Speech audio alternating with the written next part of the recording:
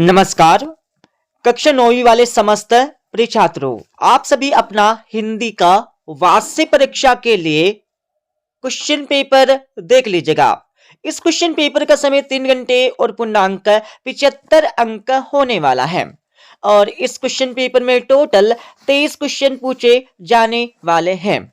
आप सभी को इस क्वेश्चन पेपर का फुल सॉल्यूशन इसी वीडियो में मिलने वाला है। तो सबसे पहले आप सभी को यहाँ पर कुछ निर्देश दिए गए हैं, इनको पढ़ लीजिएगा। इनको पढ़ने के बाद इस क्वेश्चन पेपर का आपका पहला प्रश्न दिया, जिसमें सही विकल्प का चयन कर आपको लिखना है, जो आपकी परीक्षा में 6 नंबर के पूछे जाने वाले हैं। जैसे कि आपका पहला दिया, हिंदी पद्य साहित्य का तीसरा काल है। तो भाई साहब, हिंदी पद्य साहित्य का तीसरा काल कौन सा है? तो पहले में आप सभी को सही उत्तर यहां पर लिखना है बा वाला रीतिकाल। रीतिकाल आपको पहले का सही उत्तर लिखना है। दूसरा आपका दिया है कबीरदास की भाषा है। तो कबीरदास की भाषा कौन सी है, यह आपको दूसरे में बताकर लिखना है। तो दूसरे में आप सभी को सही उत्तर लिखना है दा वाला सदुक्कड़ी। सदुक्कड़ी आपको दूसरे का सही उत्तर लिखना है। तीसरा आपका दिया है रस के अंग है।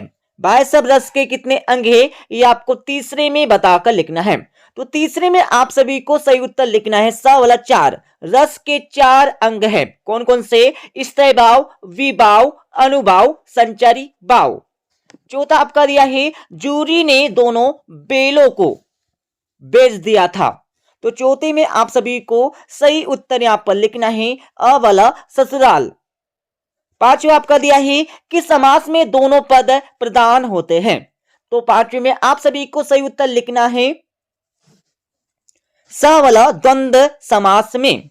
छठा आपका दिया है सन 1967 में पुनपुन नदी का पानी घुस गया था। तो छठी में आप सभी को सही उत्तर लिखना है बा वाला राजेंद्र नगर में। तो इस प्रकार से 6 नंबर आपके सही विकल्प के कंप्लीट हो जाएंगे। अब आप सभी प्रिय छात्रों यहां से दूसरा प्रश्न देख लीजिएगा, जिसमें रिक्त स्थानों की पूर्ति कर उचित विकल्प का चयन कर आपको लिखना है, जो आपकी परीक्षा में 6 नंबर के पूछे जाने वाले हैं। पहला आपका दिया है खुलेगी साकल बंद की। तो पहले में आप सभी को सही उत्तर लिखना है द्वार। द्वार आपको पहले का सही उत्तर लिखना है। दूसरा आपका दिया है मातृक छंद में किसकी गणना होती है। तो दूसरे में आप सभी को सही उत्तर लिखना है मात्राओं की गणना होती है। तीसरा आपका दिया है उपमेय में उपमान का आरोप किस अलंकार में होता है। तो तीसरे में आप सभी को सही उत्तर लिखना है रूपक अलंकार। रूपक अलंकार आपको तीसरे का सही उत्तर लिखना है। चौथा आपका दिया है तिब्बती लोग टोटीदार बर्तन को कहते हैं। तो चौथे में आप सभी को सही उत्तर लिखना है खोटी। खोटी आपको लिखना है चौथे का सही उत्तर। पांचवा आपका दिया है वे शब्दांश जो शब्द के आरंभ में लगते हैं कहलाते हैं। तो पांचवे में आप सभी को सही उत्तर लिखना है उपसर्ग कहलाते हैं। छठा आपका दिया है नानी के मन में की आजादी के प्रति जुनून था। तो छठे में आप सभी को सही उत्तर लिखना है देश के प्रति जुनून था। ठीक है, तो इस प्रकार से आपके रिक्त स्थान के 6 नंबर कंप्लीट हो जाएंगे। अब आप सभी प्रिय छात्रों यहां से तीसरा प्रश्न देख लीजिएगा, जिसमें निम्नलिखित कथनों के समक्ष सत्य या असत्य आपको लिखना है, जो आपकी परीक्षा में 6 नंबर के पूछे जाने वाले हैं। जैसे कि आपका पहला दिया है माकल लाल चतुर्वेदी की रचना साहित्य के देवता है। तो पहला आपको लगाना होगा बिल्कुल सत्य है। दूसरा आपका दिया है रामचरितमानस एक खंड काव्य है। तो इसमें आपको लगाना होगा असत्य। रामचरितमानस एक महाकाव्य है। तीसरा आपका दिया है लेखिका महादेवी वर्मा के बाबा पारसी और उर्दू भाषा के जानकार थे। तो तीसरा आपको लगाना होगा बिल्कुल सत्य। चौथा आपका दिया है खाना एक क्रिया शब्द है। तो चौथे में आपको लगाना होगा बिल्कुल सत्य। पांचवा आपका दिया है एकांकी में 3 अंक होते हैं। तो भाई सब एकांकी में 3 अंक बिल्कुल नहीं होते हैं, एकांकी में सिर्फ 1 अंक होता है। तो पांचवा आपको लगाना होगा असत्य। छठा आपका दिया है रीढ़ की हड्डी पाठ कहानी विधा में लिखा गया है।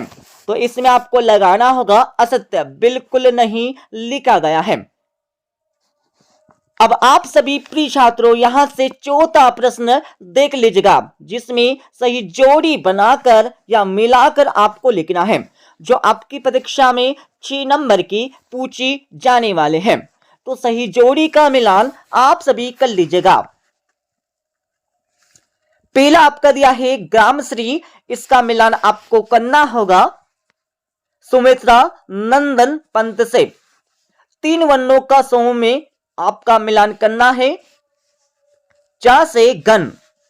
मनोरथ का मिलान आपको करना होगा विसर्ग संधि।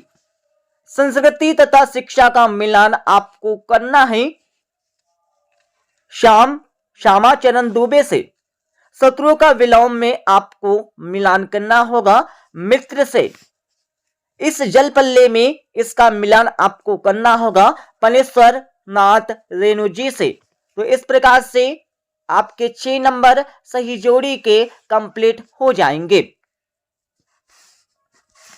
अब आप सभी प्रिय छात्रों यहां से 5वां प्रश्न देख लीजिएगा, जिसमें निम्नलिखित प्रश्नों के उत्तर एक वाक्य में लिखना है, जो आपकी परीक्षा में 6 नंबर के पूछे जाने वाले हैं। जैसे कि आपका पहला दिया है रसकान किसके अनन्य भक्त थे। तो पहले में आपको लिखना होगा श्री कृष्ण। श्री कृष्ण आपको पहले का सही उत्तर लिखना है। दूसरा आपका दिया है जहां काव्य का आधार शब्द होते हैं वह कौन सा अलंकार होता है। तो दूसरे में आपको लिखना है शब्द अलंकार। क्या लिखना है? शब्द अलंकार आपको दूसरे का सही उत्तर लिखना है, लिख लीजिएगा शब्द अलंकार, ठीक है। और तीसरा आपका दिया है साहित्यिक पुरखे किसे कहा गया है। तो तीसरे में आप सभी को सही उत्तर लिखना है मुंशी प्रेमचंद। मुंशी प्रेमचंद आपको लिखना होगा तीसरे का सही उत्तर, ठीक है। और चौथा आपका दिया है रीढ़ की हड्डी एकांकी में राम स्वरूप ने रतन से क्या मंगवाया था। तो चौथे में आप सभी को सही उत्तर लिखना है मक्खन। मक्खन आपको चौथे का सही उत्तर लिखना है। पांचवा आपका दिया है रचना के आधार पर वाक्य के कितने भेद होते हैं। तो पांचवे में आप सभी को सही उत्तर लिखना होगा 3। रचना के आधार पर वाक्य के 3 भेद या प्रकार होते हैं और अर्थ के आधार पर वाक्य के 8 भेद या प्रकार होते हैं, ठीक है। तो इसमें आपको लिखना है 3। छठा आपका दिया है लेखिका मृदुला गर्ग के नाना पढ़ाई करने कहां गए थे। तो छठे में आप सभी को सही उत्तर लिखना है इंग्लैंड। इंग्लैंड आपको लिखना होगा छठे का सही उत्तर, ठीक है, इंग्लैंड। अब आप सभी प्रिय छात्रों यहां से 2-2, 3-3 एवं 4-4 नंबरों के प्रश्न देख लीजिएगा और हाँ सभी प्रश्नों के उत्तर आपको बता देंगे इस वीडियो के अंत में। जैसे कि आपका छठा प्रश्न दिया पद्य साहित्य के इतिहास को कितने कालों में बांटा गया है। क्रम से कालों के नाम आपको लिखना है। और अतः में आप सभी को भक्ति काल को संयुग क्यों किस कारण से कहा जाता है इसके बारे में आपको लिखना है। 7वें प्रश्न में आप सभी को रसकान अथवा माखन लाल चतुर्वेदी के काव्य के भाव सौंदर्य की कोई 2 विशेषता आपको लिखना है। आपको परीक्षा में दोनों में से किसी एक की काव्य के भाव सौंदर्य की कोई 2 विशेषता लिखना है। 8वें प्रश्न में आप सभी को कवि पंत ने गांव को हरता जनमन क्यों कहा है इसके बारे में आपको लिखना है। और 8वें प्रश्न में आप सभी को किस शासन की तुलना तम के प्रभाव से की गई है और क्यों इसके बारे में आपको लिखना है। और 9वें प्रश्न में आप सभी को बच्चों का काम पर जाना धरती के एक बड़े हादसे के समान क्यों है इसके बारे में आपको लिखना है। और 8वें प्रश्न में आप सभी को मान सरोवर से कवि कबीरदास का क्या आशय है, इसके बारे में आपको लिखना है। 10वें प्रश्न में आप सभी को दोहा छंद की परिभाषा उदाहरण सहित आपको लिखना है और 8वें वाले प्रश्न में आप सभी को स्थयी भाव एवं संचारी भाव में कोई 2 अंतर आपको लिखना है। 11वें प्रश्न में आप सभी को अनुप्रास अलंकार की परिभाषा उदाहरण सहित आपको लिखना है और 8वें वाले प्रश्न में आप सभी को पंडित जगन्नाथ के अनुसार काव्य की परिभाषा आपको लिखना है। 12वें प्रश्न में आप सभी को गद्य की कोई 4 गौण विधाओं के नाम आपको लिखना है और 8वें में आपको निबंध लेखन की कोई 2 विशेषता आपको लिखना है। प्रिय छात्रों, आपको हिंदी की परीक्षा में, हिंदी के पेपर में लिखते समय मात्राओं की गलती बिल्कुल भी नहीं करना है। यदि आपने परीक्षा में हिंदी के पेपर में मात्राओं की गलती की तो आपके नंबर कट जाएंगे। 13वें प्रश्न में आप सभी को महादेवी वर्मा अथवा हरिशंकर प्रसाद जी की 2 रचनाएं एवं भाषा शैली आपको लिखना है और 14वें प्रश्न में आप सभी को लेखक राहुल सांकृत्यायन ने डाकुओं से बचने के लिए कौन सा साधन अपनाया था, इसके बारे में आपको लिखना है और 8वें में आप सभी को किस घटना ने सालिम अली के जीवन की दिशा दशा को बदल दिया, इसके बारे में आपको लिखना है और 15वें प्रश्न में आप सभी को प्रेमचंद के फटे जूटे पाठ के आधार पर प्रेमचंद के व्यक्तित्व की कोई 2 विशेषताएं आपको लिखना है और 8वें में आपको महादेवी वर्मा उर्दू पारसी क्यों नहीं सीख पाई, इसके बारे में आपको लिखना है और प्रिय छात्रों, आपको 16वें प्रश्न में निम्नलिखित मुहावरों का अर्थ लिखते हुए वाक्यों में प्रयोग आपको करना है। अंधे की लाठी, मतलब इसमें आपको लिखना होगा एकमात्र सहारा, एकमात्र सहारा, इसका अर्थ आपको लिखना है। ठीक है, और अपनी मन से आप सभी इसका प्रयोग कर लीजिएगा और दूसरे में आप सभी को ईद का चांद, तो इसमें आपको लिखना होगा इसका अर्थ बहुत दिनों बाद दिखाई देना, बहुत दिनों बाद दिखाई देना। ठीक है, इसका अर्थ हो जाएगा और आप सभी अपने मन से यहां पर प्रयोग कर लीजिएगा और 8वें प्रश्न में आप सभी को निपात शब्द की परिभाषा आपको उदाहरण सहित लिखना होगा। ठीक है, और 17वें प्रश्न में आप सभी को पनेश्वर नाथ रेणु के मित्रों के नाम आपको लिखना है और 8वें में आप सभी को रीढ़ की हड्डी एकांक का मुख्य उद्देश्य क्या है, इसके बारे में आपको लिखना है। 18वें प्रश्न में प्रिय छात्रों, आप सभी को निम्नलिखित काव्यांश का संदर्भ प्रसंग सहित भावार्थ आपको लिखना है। ठीक है, इसका सबसे पहले तो आपको परीक्षा में संदर्भ लिखना होगा, संदर्भ के बाद आपको प्रसंग यहाँ पर लिखना है, प्रसंग के बाद आपको भावार्थ इसका लिखना है। ठीक है, भावार्थ आपको इसका लिखना होगा। तो इनके उत्तर आपको बता देंगे इस वीडियो के अंत में। ठीक है, सभी के उत्तर आपको मिलने वाले हैं। 19वें प्रश्न में आपको यहाँ पर गद्यांश दिया, गद्यांश को आपको पढ़ना होगा, सावधानी पूर्वक समझना होगा, देखना होगा। उसके बाद आपको इस गद्यांश की संदर्भ आपको लिखना है। क्या संदर्भ आपको लिखना होगा। उसके बाद आपको प्रसंग यहाँ पर लिखना है, प्रसंग के बाद आपको अंतिम में यहाँ पर वाक्य करके लिखना है। ठीक है, तो इनके उत्तर भी आपको बता देंगे। और 20वें प्रश्न में आप सभी को जल है तो कल है, जल है तो कल है विषय पर एक अनुच्छेद आप सभी को बनाकर लिखना है। और 8वें वाले प्रश्न में आप सभी को वार्षिक परीक्षा की तैयारी के संबंध में 2 मित्रों के मध्य संवाद आपको लिखना है, बातचीत आपको लिखना है वार्षिक परीक्षा की तैयारी के ऊपर 2 मित्रों के बीच, 2 दोस्तों के बीच। ठीक है, और 21वें प्रश्न में आप सभी को निम्नलिखित अपठित काव्यांश अथवा गद्यांश को पढ़िए और इसके नीचे लिखे प्रश्नों के उत्तर दीजिए। तो सबसे पहले तो आप सभी को क्या करना है, इस अपठित काव्यांश को ऊपर से लेकर नीचे तक पढ़ लेना है। ठीक है, इसको पढ़ने के बाद इसके नीचे आपको 4 प्रश्न दिए। पहले प्रश्न में आपको सुनागरिक शब्द से उपसर्ग एवं मूल शब्द अलग कर आपको लिखना है। तो इसमें आपको लिखना होगा सु हमारा हो जाएगा उपसर्ग, सु क्या हो जाएगा उपसर्ग, ठीक है उपसर्ग। और उसके बाद मूल शब्द आपको लिखना होगा यहाँ पर नागरिक, नागरिक आपका हो जाएगा मूल शब्द, मूल शब्द, ठीक है। और दूसरे प्रश्न में आप सभी को नन्ही चींटी की क्या विशेषता है इसके बारे में आपको बता के लिखना है, तो इसके उत्तर आपको बता देंगे इस वीडियो के अंत में। और तीसरे में आप सभी को सामाजिक शब्द का विलोम आपको लिखना होगा, तो इसमें आपको लिखना है असामाजिक, असामाजिक इसका विलोम मतलब उल्टा, ठीक है। और चौथे में आप सभी को उपयुक्त काव्यांश का उचित शीर्षक आपको बता के लिखना होगा, तो इसमें आपको शीर्षक लिखना है नन्ही चींटी, ठीक है यहाँ पर लिखना होगा नन्ही चींटी, आपको इसका शीर्षक आपको लिखना है, ठीक है।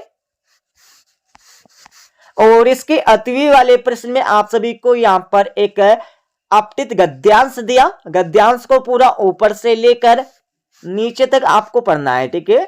इसको पढ़ने के बाद इसके नीचे लिखे 4 प्रश्नों के उत्तर आपको देना होगा। तो पहले प्रश्न में आप सभी को रावण के पास सबसे अमूल्य धन कौन सा था, तो इसमें आपको लिखना होगा विद्याधन, कौन सा धन विद्या धन, ठीक है। और दूसरे में कौन सा धन कभी नष्ट नहीं होता है, तो इसमें भी आपको लिखना होगा विद्याधन। और तीसरा आपका दिया है पराजित शब्द का विलोम आपको लिखना होगा, तो इसमें आपको लिखना है अपराजित, अपराजित, ठीक है। और चौथे में आप सभी को इस गद्यांश का शीर्षक आपको बता के लिखना होगा, तो इसमें आपको लिखना है विद्याधन, ठीक है विद्याधन, ये आपको लिखना है इसका शीर्षक, ठीक है। और यहाँ पर 22वें प्रश्न में आप सभी को अपने प्राचार्य जी को स्थानांतरण प्रमाण पत्र प्राप्त करने हेतु आवेदन पत्र आपको लिखना है, क्या लिखना है इसमें आवेदन पत्र आपको लिखना है, ठीक है। और अतवी वाले प्रश्न में आप सभी को प्रातःकालीन सैर के लाभ बताते हुए अपने छोटे भाई को पत्र आपको लिखना है, तो इनके उत्तर आपको बता देंगे इस वीडियो के अंत में, ठीक है। और 23वें प्रश्न में आप सभी को किसी एक विषय पर रूपरेखा सहित आपको एक निबंध लिखना है। तो प्रिय छात्रों आप सभी जीवन में खेलों का महत्व और विद्यार्थी एवं अनुशासन इनके ऊपर यहाँ पर एक निबंध को पढ़ लेवे, ठीक है अपनी किताब से देखकर। अब मैं आप सभी को इस क्वेश्चन पेपर का संपूर्ण उत्तर आप सभी को बता देता हूं। अब आप सभी प्रिय छात्रों यहाँ पर इस क्वेश्चन पेपर का संपूर्ण उत्तर देख लीजिएगा। जैसे कि हमने आप सभी को क्वेश्चन नंबर 1 से लेकर 5 तक के उत्तर बता दिए थे, अब आप सभी यहां से क्वेश्चन नंबर 6 से लेकर 23 तक के प्रश्नों के उत्तर को देख लीजिएगा। तो ये आपका 6ठे प्रश्न का उत्तर आपको दिया है, ठीक है। और 6ठे का आपको अतवे का उत्तर भी आपको यहाँ पर दिया है, ठीक है पढ़ लीजिएगा पूरा ऊपर से लेकर नीचे तक, ठीक है। और थोड़ा आगे चलेंगे तो आप सभी को यहाँ पर 7वें प्रश्न का उत्तर यहाँ पर आपको मिल जाएगा पूरा ऊपर से लेकर नीचे तक, ठीक है। 7वें के बाद थोड़ा आगे चलेंगे तो आप सभी को यहाँ पर 8वें प्रश्न का उत्तर मिल जाएगा पूरा ऊपर से लेकर नीचे तक अथवा सहित। और आगे चलेंगे तो आप सभी को 9वें प्रश्न का अथवा सहित यहाँ पर उत्तर मिल जाएगा आपको, ठीक है पलटे हुए।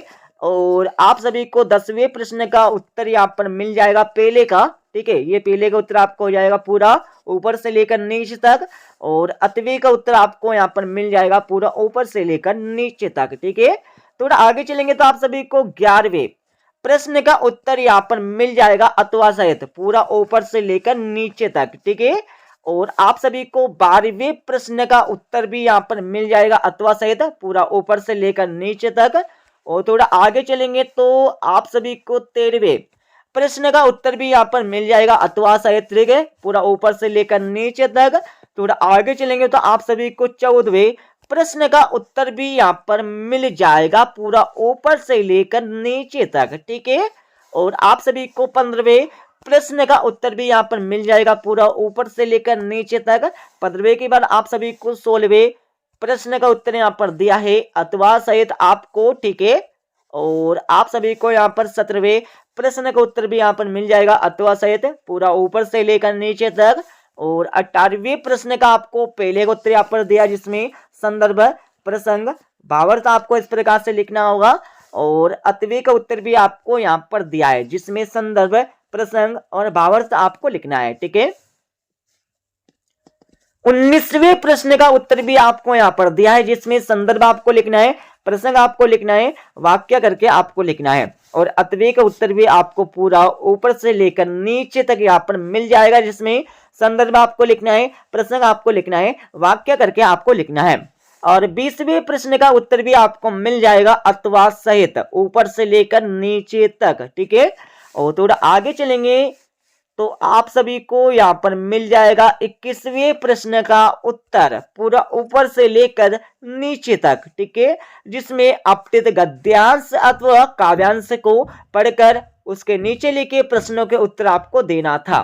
ठीक है, और 22वें प्रश्न का उत्तर आपको दिया पूरा ऊपर से लेकर नीचे तक। इस प्रकार से आपको परीक्षा में अपने प्राचार्य जी को स्थानांतरण प्रमाण पत्र प्राप्त करने हेतु आवेदन पत्र लिखना है, बिल्कुल इसी प्रकार से। ठीक है, और 8वें प्रश्न का उत्तर आपको दिया, जिसमें आपको इस प्रकार से परीक्षा में अपने छोटे भाई को पत्र आपको लिखना होगा इस प्रकार से। ठीक है, और आपको यहाँ पर 23वें प्रश्न का उत्तर भी दिया है। हमने आपके लिए जीवन में खेलों का महत्व के विषय पर निबंध यहाँ पर दे रखा है। इस प्रकार से आपको परीक्षा में निबंध लिखना होगा। सबसे पहले आपको रूपरेखा इस प्रकार से लिखना है। ठीक है, प्रस्तावना, व्यस्त जीवन एवं खेल और खेलों का महत्व, उपसंहार।